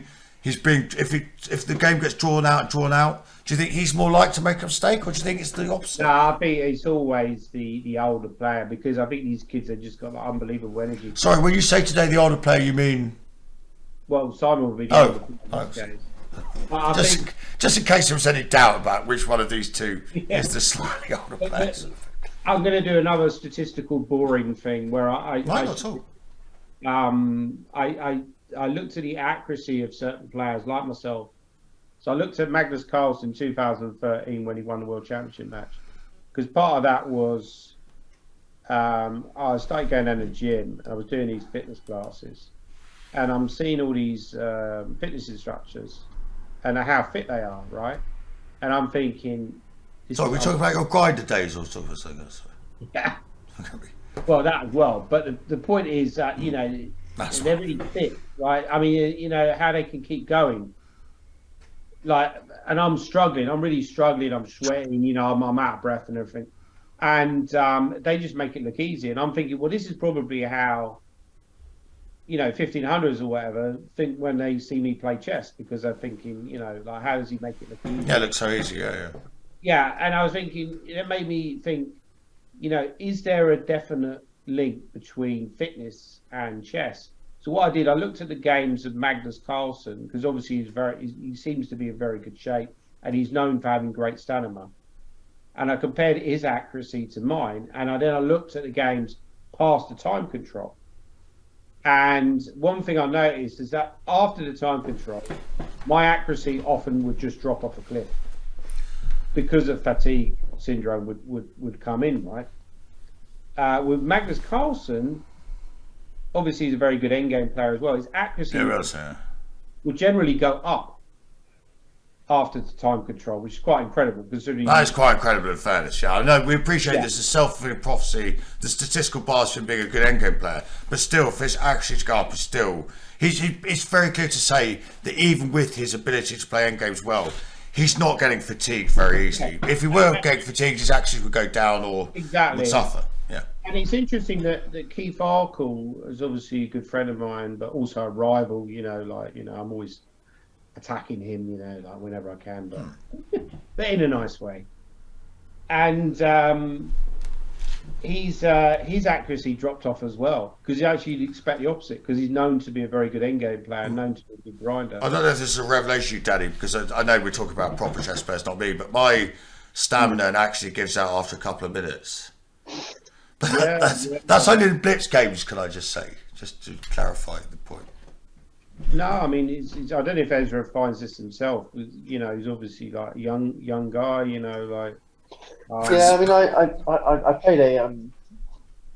played a long game in the last Pro NCL, which was a couple of weeks ago, and I was just so tired by the end of it. I managed to win, but it was just It's just the fatigue you feel at the end of the game is just enormous, and you have to calculate the same thing 4 times just to make sure that you're not being. By the way, gentlemen, sorry, it's not just your speaker, so I want to hijack you. We have had a huge change of structure, by the way. Knight takes c4 has happened by white, which looks crazy to me, but I don't know. Maybe it's not. Maybe once again it's like this looks crazy to me. No. Yeah, if you didn't do that, I was wondering if Black could make a little bit of progress with like h4 and f5, which is quite simony. Yeah, sure. And again, the same idea that you just want to break this position apart for the pair of bishops. I mean, not for the first time. My response to like White's moves here is probably the wrong response. I'm probably like trying to think that it doesn't look right, but it probably just is. It doesn't look right to me. I'll be honest. Well, I mean, from my perspective, I think White is just playing for a draw here, right? Sure. I think White's been playing for a draw since about move 5, by the way. Yeah. No, sorry, that's unfair. For about move 12. I'm trying to be sensible. He was happy with his opening, but I think he kind of got the impression he didn't want to push any pawns to the 5th rank. I think he didn't want to, understandably very clever of him, showed maturity, but I think he probably was quite happy to. If he actually played for a draw, I think he just played solidly, and he would be happy with the draw if Simon offered. Yeah, that's such a fair comment. I think it's a bit harsh to say about a 12-year-old kid that he's just high chest perms, by the way. Cynically played for a draw. I think that's a slight exaggeration, but I think, he's obviously played very solidly, and he's played without much ambition. I would agree with that. Yeah. Because, like you said, he could have played that pawn sack d5 a couple of moves ago. He didn't bother to do that. So there you kind of, if I'm in Simon's situation, I'm like sitting there and I'm thinking. Sorry, the Cliff Clavin saying Simon's YouTube channel is about the same age as his opponent. That's a modern day and age comment, isn't it? I've got to say that's about true. I reckon. I literally, like the first words out this young lad's mouth were GingerGM. That was Soccer and Son, by the way, in case I was like mistaken for anything untoward. Anyway, Danny, what do you think the result's going to be now? I know what Ezra's going to say, but with my draw prediction. Ezra, I'm going to still go for a win. So am I. I'm actually more confident than I was a few moves ago, but that's just me, maybe. I don't know. I mean, surely your confidence is dropping though, because all the pieces get exchanged, and but White is so solid here. How do you? My confidence is increasing, Danny, for reasons that I can't put into sort of eloquent, erudite words. And even if you swap queens here as Black, you manage to swap queens. I mean, can you actually win that? I mean, it looks very dry. I was wondering about this. I was looking at Bishop H6. Which with the idea of coming to f4 and right, giving a nasty pin. And an eternal pin almost, clearly it's close to the eternal pin. But... So I was looking at Queen A5. But can I just go knight e2 after Bishop H6? Yeah, you probably can. But Bishop E3 and you start to nibble away. You just like I just feel that like maybe the sort of gradual pressure. I just feel that it's like a slight erosion sort of strategy. Maybe then I go d5. I do my d5 move again. Ed Bishop H8. Yeah. But you can go e5. So Bishop H6, knight e2. So on the Black passes here is d5 an idea. So let's just say I'll play King f8. It probably is. Well, then I'll definitely go d5. I played d5. Although, well, of course, because I've got problems down the h8. So let me just put it. Let me make it slightly more sensible pass King h7. How about that? Yeah, that makes more sense. And then so d5. Do you think it's an option, Dan? I mean, it's certainly an option. It might not work here though because of just taking on c3, and Oh, but then when you take on d5, have Queen f6, maybe that might be annoying. Just to get, you're looking for counterplay. This knight's always hovering around for some perpetuals, maybe coming in. Correct? Is that the idea? I might be looking for more than perpetuals. Oh. You know, like, I've got the dark squares, baby. Bloody hell, God loves a try. He's in love with you at the moment, Danny. Perpetuals. Who cares about perpetuals? I want the whole shebang. Danny, when was the last time you checkmate an opponent with just a queen? You know, you've changed your bishops, you sacrifice your 9h5. Do you actually think you're going to mate with just your queen? Full stop, unless it was online. I'll never win games anymore, mate. It's either draws or losses. You know? Well, apparently you beat me once or twice, but I don't recall that situation. But anyway, moving on. Moving back to the game, what do we expect Simon to play here then, if we can like focus on the game? So I think Bishop H6 makes sense, and I was looking at something like Bishop H6, Queen A5. Sorry, excuse me. Obviously, and let's say takes Bishop F4, H4, yeah, and I was wondering if White ever gets out of this. But you have got. Well, maybe after E5, White never gets out of this. Yeah, exactly. But I think Bishop E1 is coming to protect the G3. Oh, okay. So yeah, Bishop E1, then the king goes back. Okay, sorry. Yeah, maybe White is getting out of this. But then maybe you always have C3 once the king moves out the way. So this might actually just be winning by zigzag almost.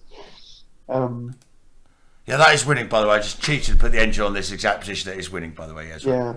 Cheated there. I'll put my hands up. I cheated. In this exact position, that is a way. I'm just saying, if that were to happen, that pin on F4 is devastating. Yeah. Yeah. But yes, as Danny pointed out, Knight E2 is Gentlemen, just before the last 15 minutes of the game, am I right to just take a 3-minute break and I'll just be back with you guys? Is that all right? We'll go to live position. Is that, Ezra, you're right to stay with us till the end of the time control at least? Is that all right? Yeah, all good. That'd be brilliant. Look, guys, can I just leave you to talk? We haven't had any more moves. Simon's thinking it's like 16 minutes each.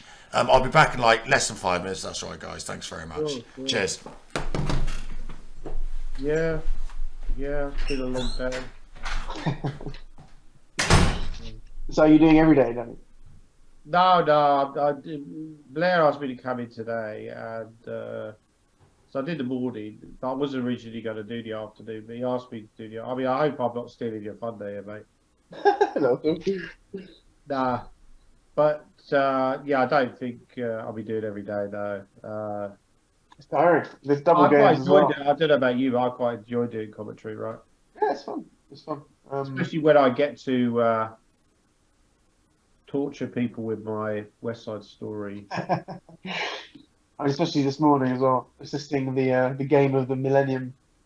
It was a nice game. I mean, to be fair, I think it's partly, maybe, it was a very nice combination, but you partly, I think when you look at games and say, was that a great game? You partly have to look at the opposition and say, well, actually, if you play that game against Ivanchuk, then yeah, it's a great game. But yeah, it's also partly about the opposition.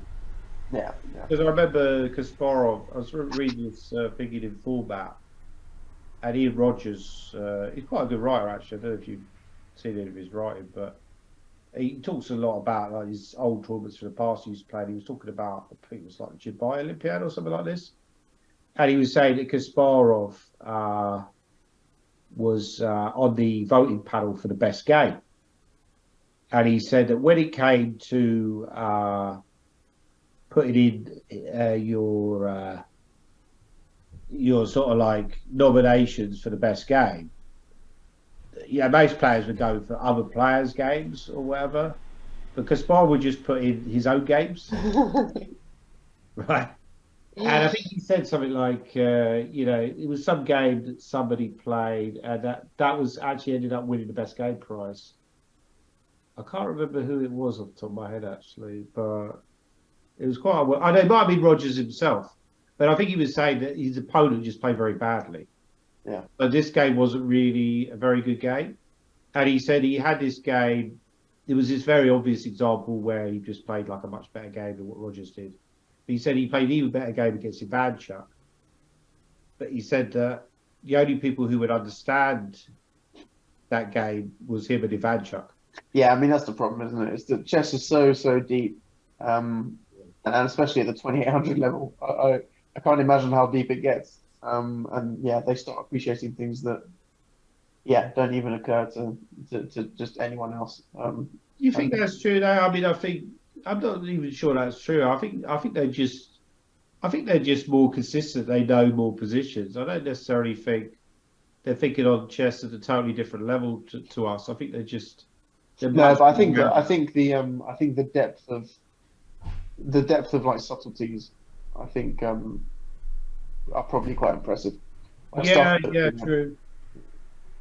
Yeah, I mean, I think they just got like a high. I mean, I played Adams. He's obviously a very impressive player, and he calculates very well. I think that's also one of the things that separates.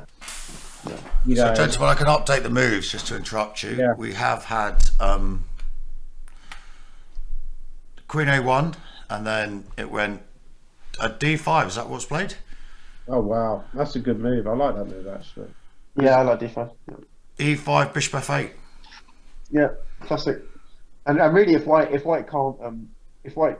can't do anything on the king side, then white just has to choose to defend. But it's quite interesting because you could as white think, oh, if I just sit around and do nothing, then I might just lose slowly.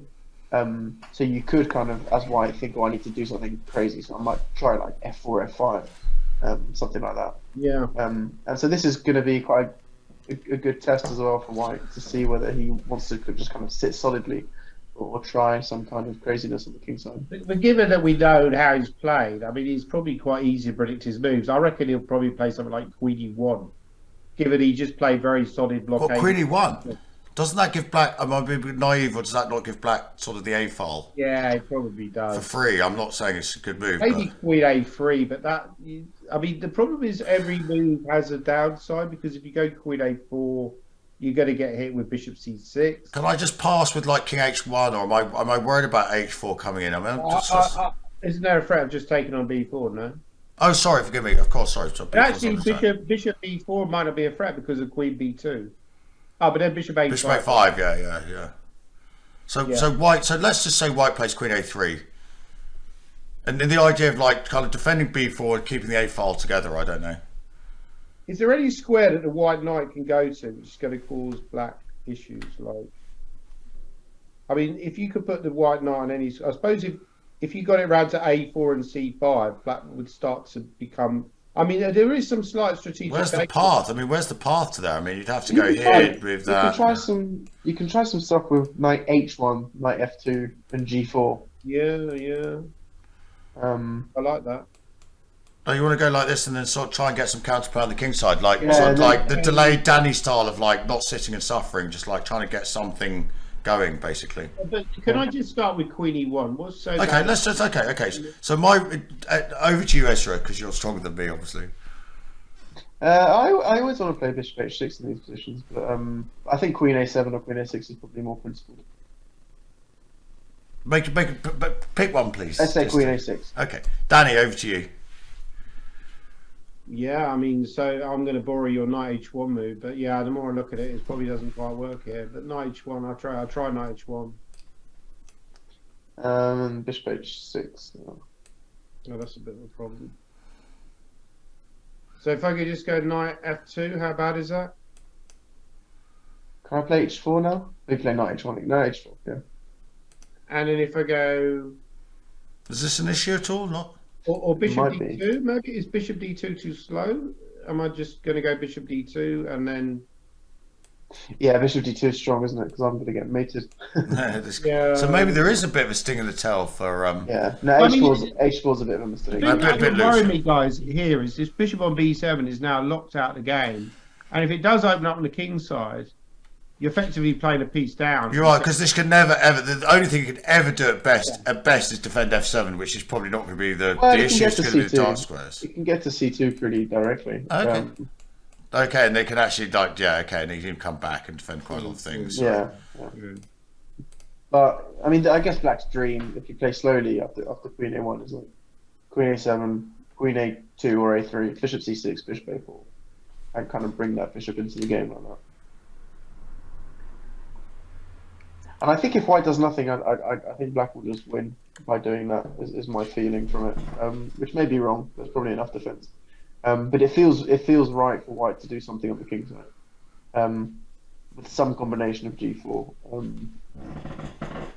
By the way, I feel I should say this. I can see the no spoiler alerts. I don't know what's happened. I can see the game's over. What? Yep. No, you kidding me? I'm not. I can see. I'm sorry. I don't know the result. I don't know what happened. I was out of the room. I can see on the live feed the game is over. No. Yep. So it's over in like 15 minutes from now. They're not at the board. I don't know what the result is. Wow. That's quite surprising. Well, that's interesting. Don't tell us in the Oh, chat. no, sorry. I don't even know if I thought you guys might have seen that, and I didn't want it to affect your judgment. I haven't seen it. I just noticed the game. I've not seen what happened, so the game might be over in 10 minutes from here. If that is the case, I think it's going to be Black's going to win. And I don't know, by the way, because I don't see Simon's not going to agree a draw in this position in 10 minutes' time. So he must win. Would Black win that quickly from here? Well, I don't mean the game's over. I'm not saying it's not a draw, but how could this be a draw in 10 minutes' time, you know? Yeah, I mean, you might well be right, mate. You might well be right. I mean, I apologise to the stream if I've sort of ruined the suspense, but actually it might make the suspense more about what's going to happen. But it's possible Simon blundered. I don't know. I mean, heaven forbid, but you know, I honestly don't know the result. I'm looking at the kings in the middle of the board. Yeah, it looks like Black's won, yeah? Yeah. Yeah, I think Black's won this, yeah. But I don't think it's going to... I don't think it could be a draw. I'm not sure. I'm not sure based on the Kings, but... But also, Ezra, how could this couldn't be a draw in 10 minutes' time, you know? Yeah, I agree. I think because, like, you know, unless Simon blunders and loses, he's just not going to agree a draw. So, yeah, no, I agree. You know, I agree. I don't think sorry to, like, ruin the suspense to everyone. However, okay, let's play the game. With this knowledge, if Black was to be the victor, and we know the game's over, how does Black win this? Or does White make a blunder? Or just what happens? How could this be over? How could this be over for White in 10 minutes' time? Well, maybe he crumbled. I mean, I don't know. Let's see what happened then. Well, yeah, of course, we'll wait for the moves. I mean, yeah, I mean, at least we don't have to work for much longer. By the way, I'm not getting paid at all, so I don't know. I'm not getting paid for this part anyway. I mean, the thing is, like, you guys have been very respectful about taking your odd breaks due to the fact that's why we pay you the big bucks. That's why I'm a little bit disrespectful about taking my breaks. I feel I should be out of the room half the time, especially. I can't believe I'm so privileged to have two title players of your caliber alongside me. So anyway, I'm just happy that I've got a Twitch channel that allows me to eat milk chocolate. So Ezra, where do you stand on cream eggs? Very quickly. I eat them. Okay, that's good. That's fine. By the way, you know, if you can find a black and white one, you're like in the money or something. I've not really heard this before. Yeah, is there a golden one or something? Yeah, something like that. It's like Daniel Willy Wonka Gormally, like coming at us with all the knowledge or something like that. Anyway, let's get back to chess. So if it were the case that White's going wrong, I think White's gone wrong here, but I don't know how. Yeah, I'm trying to find out how White would blunder here. I'm still not convinced he won. But we'll have to see. I'm not convinced it's a draw. I can't see how it can be a draw. So one way or the other, because the kings don't look next to each other. I think Black's won, but not only because I don't. If the game's over, which we can see that, I don't think Simon's agreeing a draw. Unless, you know. Yeah, no, I agree with you. I don't think he would just play this out. Exactly. So I mean, there are ways that both sides could lose this quite quickly, probably. Like we were saying, like there could be like this craziness where like the Black could somehow go a bit wrong and get like sort of like exchange of bishops maybe, and then anyway, okay, White went Queen A5. Ah, right. Oh wow. Yeah. So why is that so bad? I don't know. I mean, I'm not. By the way, it might be a draw. I mean, we never know. It's like, you know, I don't know. I'm not convinced. But isn't there maybe you could take and then quickly run a king up to B5? By the way, he has taken, and it went Queen takes, B takes. Yeah. The issue here is if White gets Knight F1, Knight E3, Knight C2, and something on B4, then White can actually be better, right? Well, maybe it could just be a draw, like the Knight just taken. I could run the king to A4 very quickly and just win very quickly. But okay, so Simon went F6 here. Is he on fire again? Wow. What's this all about? Nice. Why is that nice, Ezra? I don't get it. Takes Bishop D6, H4, G5. Oh my word! Look at Ezra's sharpness.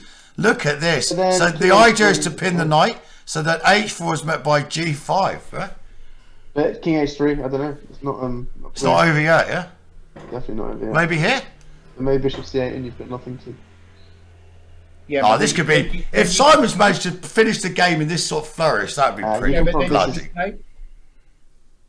Yeah, this is nothing here. You got knight h5 on g4. It's Oh, okay, it's nothing here. too Yeah. much. Okay. So anyway, f6 on the board. I mean, I think you could just go king f7 at some point anyway, right? Like you could go bishop d6 h4 and just king f7 and just take back the board. And you must be doing very well. by the way, I just cheated. And f6 is definitely not winning. It's equal still. To whatever happened next. It's not winning. It's not winning, but it's a beautiful idea, yeah. Yeah. Yeah. So what happened? Well, we're still waiting. I mean, f6 on the board, like delayed stream. Right. Sorry, I mean, like, I don't know what happened, honestly. Maybe f4 is possible, or even knight. I mean, are you necessarily threatening to take? Maybe it was. Who knows? Maybe it was actually a draw after all. I doubt that. It's starting to look very dynamic now, right? Yeah, it's starting to look like white can go wrong, like kind of like quite quickly. I guess if like even if it's like. But there's a huge danger that I could get the king to a4 and raid into b3, and I think he'd very quickly collapse if that ever happened. So you do have to be very careful now. Apparently, in the live position, like the kid, as we're referring to him now, certainly not pejoratively, has 6 minutes as we look at this position now. Met with f6. It's kind of beautiful timing to play a move like f6, isn't it? Like the game's been quite strategical, very little sort of like hardcore tactics in the offing, and now suddenly 6 minutes left. He's hit with f6, and he responded with knight e2. Yeah, I did think about knight e2. Yeah, the engine saying it's equal at this point. Yeah, so maybe it was a draw. No, who knows? Nah, that's move 39 as well. So it's like he's only got one more move to make. Yeah, so. I think it's gonna be a draw, because if white manages to play knight c1, knight a2, and then bishop b4, then I kind of prefer white. So my optimism might have been misplaced, of course. So maybe Simon's thinking, actually, I might become worse pretty soon here, so I'm just going to offer a draw to make sure it's because I don't see what black does against knight c1, knight a2. So let's say takes first on f6. Yep. So take on e5. Sorry. Sorry. Yeah, I guess you have to take on e5. Sorry, no. Sorry. I'm trying to understand what you're saying. Sorry, forgive me, Ezra. Sorry, no. I'll say something like if you play king f7. Okay, so king f7 first, yeah. Let's say like I don't know f4. No, sorry, forgive me. f4, yeah. Yeah, and then black has to do something. I don't know, bishop c8, let's say. So, by the way, black did go king f7, as you're quite right. So I think maybe I was so excited to think the side might have won, but it started to feel like that didn't happen. Well, no, it might have well have done. We just don't know, do we? We don't know yet. That's quite. Let's not think too far ahead. Let's take it one move at a time. Okay, so king f7 on the board. I mean, it's actually, I think Ezra's making the right point here. I think Danny, you've got this optimism of your predictions coming true, isn't it? That's why you want to take it one move at a time, isn't it? I'm enjoying. Yeah, you're enjoying the. No, I mean, no. I actually think now that maybe Simon did win because. Danny, is there a phrase that's spoiled for the victor once the vanquishing is done? And so you just want to keep me here as long as possible, just to like go, it's a draw after all, Blair. Is that the idea? Yeah. No, I mean I don't know. I mean, it still seems very dynamic to me, right? I mean, but how can white go wrong here? It's one move off the time control. It seems very hard. Okay, so what did he play? We don't know. I mean, it's like so he must play f4, right? In line with his style for the game. F4, solid. It's true. That is a very solid move. Black can't win this anytime soon, can he? Can I bring the king? Can I do my plan of bringing the king round? Do you want to move? Do you want to deal with this f pawn situation now? Like, let's say I just went f5. Yeah, I was thinking f5. By the way, I was thinking that, and then with the idea of like knight c1, king e8.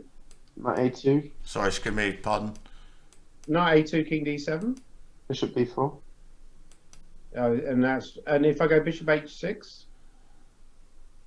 Ooh, that's tempting. By the way, white went king g3. Wow, that's insane. Is it? Wow. Okay, that's like, Danny, you could say it's been a long day for me. You could say anything to me at this point, I might believe you. You know what I mean? I'm easily led. I've said that to a number of people. Yeah. I feel like I'd play bishop a3 here just to stop that knight c1 idea. Oh, that's a lovely idea, Ezra. I like that. Yeah, but then I don't know what you do with black here. Really. It does seem quite equal.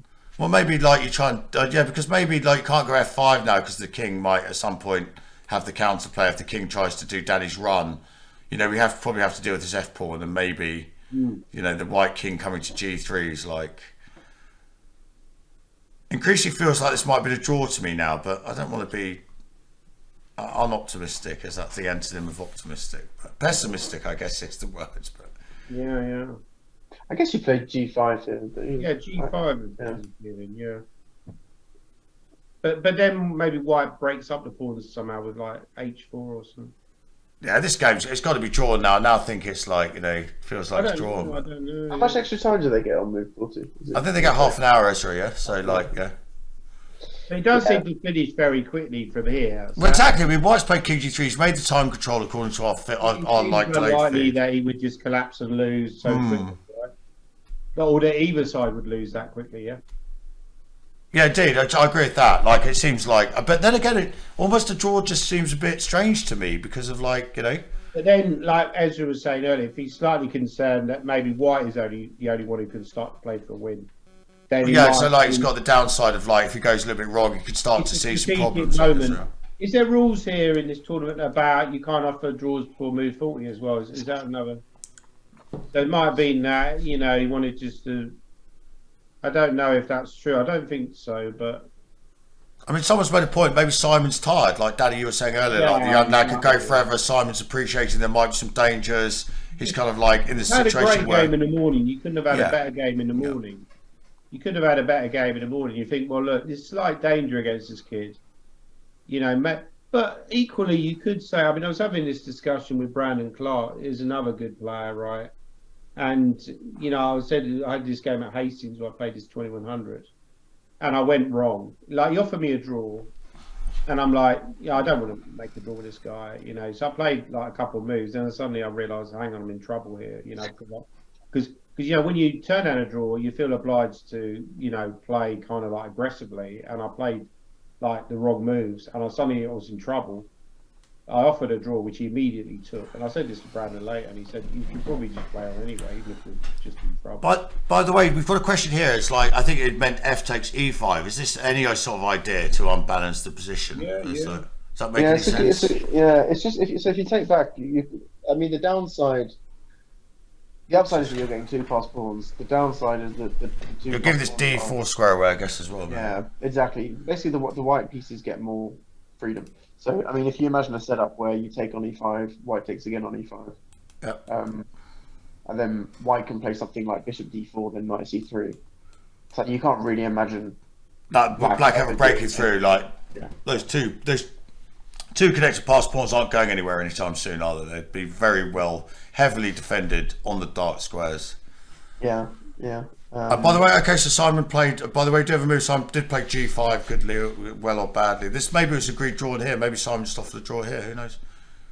Yeah, which might be quite a smart move actually for him. I think if you realise before your opponent that. And that's exactly what happened, by the way. Yeah. So, Danny, congratulations for your shout out. Correct all along, sir. I have a lot of experience of playing these kind of kids, and they're just very, very tough to beat. Like I'd say, like 20 years ago, that probably wasn't the case. Like, or maybe 30 years ago. I'm so old these days, but. And in fairness as well, just shout out to Ezra for spotting this idea, which I think maybe Simon had in his mind that suddenly he's probably playing for two results, but in reality, if he starts pressing, he's probably only playing for one result. And the downside exists. I think, just to say, he still had a great day. He's played an amazing game in the morning. It's like one of the best games he's probably ever played. And in fairness, the game he played this afternoon was pretty not shoddy, wasn't it? It was not a bad game at all. He played with a lot of pace. Everything I would say is, if it was a one-game a day scenario, he probably would have played this off. Like, at the end, even though you're respectful of the fact that you play the kid and it's a scary situation because, you probably have to take risks to win from here, right? By the way, I can reveal this now. I know that he didn't sleep, he basically didn't sleep at all last night due to, as I don't know if I said that earlier. Exactly. But then you could argue, I suppose the thing to really say is he favourite from here, given all the factors involved? That he didn't sleep last night, that this kid's just got 2 out of 2 against. I think just fundamentally as well, as you points out, Danny, you probably spotted much more than me from a mile off. This position, I just flicked on the engine very briefly. It's 0-0, so it's like, That doesn't mean it's necessarily. Oh, of course. I agree. It doesn't mean you're going to end in a draw, of course. If you played Alpha 0 for this position, and you were white, you'd probably lose it every time. I'd lose on both sides, obviously by definition. We'd all lose on both sides, right? So there's still some play left. But yeah, I agree. I think, objectively speaking, a draw is not a terrible result. I said this earlier. I think like a draw with this kid is not a bad result at all. By the way, just very quickly, as we want to respect people who are watching, Mickey Duquette, don't know if that's pronounced correctly, says, well, I'm playing tomorrow till Sunday 5 classical games. Any advice, gentlemen, for stamina? Yeah. Sleep. Sleep. Do a bit of exercise. Yeah, and try not to, if you lose, try not to go too crazy. Don't bounce. I think the most difficult thing, I think, for a lot of players is recovering from a defeat. And something Carlsen does ridiculously well is winning straight after a defeat, which most of us don't handle quite as well. In golfing parlance, Dan, isn't that called bounce back ability? Yeah, you know who leads the bounce back? Shall I tell you who leads the bounce back? Right, have a guess. Who leads the bounce back? Tiger Woods. No, this season on the PGA Tour. Rory Burns. Rory Burns. There is nobody called Rory Burns. Well, whatever Burns' his name. I don't follow golf anymore. Oh, it's bloody Scotty Scheffler again. Oh, is it? Okay. So basically, there's another statistical truism. The guy who makes the most birdies after the most bogeys is the guy who makes the most birdies by definition anyway. So I appreciate it's a bit of mindset of like going wrong, but like unsurprisingly, the people who are likely to make the most birdies even after bogeys are just in principle the people who are most likely to birdie a hole in general. Well, in answer to that guy's question about the preserving energy, I mean, you could follow if you're playing. Is this guy playing a weekender? Well, he's playing 5 rounds tonight tomorrow, so I guess Friday, double Saturday, double Sunday. I assume is what the I would case. say So. is play quickly, efficiently. You know, I think there is a certain art to playing weekenders, and you know, like probably don't bother to think when it's your opponent's move. Just figure out you're not going to guess their move, and when they make you move, then start calculating. That way you'll save energy.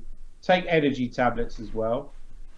Take Red Bull, coffee, any kind of supplements, steroids, anything like that is advisable. Anyway, look, gentlemen, I think I'm not gonna review this game tonight for a couple of reasons. Thank you so much, Ezra. I appreciate you were only going to join me for an hour or two. It's been amazing that you've stayed this long. Danny, I appreciate you weren't necessarily going to join me at all. It's been an absolute pleasure having both of you here. Yeah, thanks a lot. If you forgive me, Ezra, like just reminding yourselves what happened this morning. What an amazing game that was by Simon. And not a bad result at all against this young lad who played incredibly well. And, Simon's the only one who's been able to hold him to a draw so far. Okay, and a couple of games in. But a draw with Black, Simon's going to have a nice night's sleep. Hopefully he can digest what happened to him this morning. He can, he's got a game in the afternoon tomorrow. So he's got a little bit of time to go to the gym, get some sleep, regroup, see his pairing tomorrow. But generally, once again, Danny, thank you. Ezra, thank you so much. Yeah, no. Couldn't have done it without you. Thank you. Been a lot of fun. I'm feeling a little bit tired, so if you don't mind, I'm going to leave it until tomorrow. Gentlemen, thank you to everyone who watched. Congratulations to Simon on an amazing game this morning and a solid game this afternoon. 2.5 out of 3. Can't be bad. Gentlemen, let's come back tomorrow and we'll group, and I can see you guys soon. Thank you so much. See you later, man. Have a good night. Cheers, guys. Bye for now. See you later.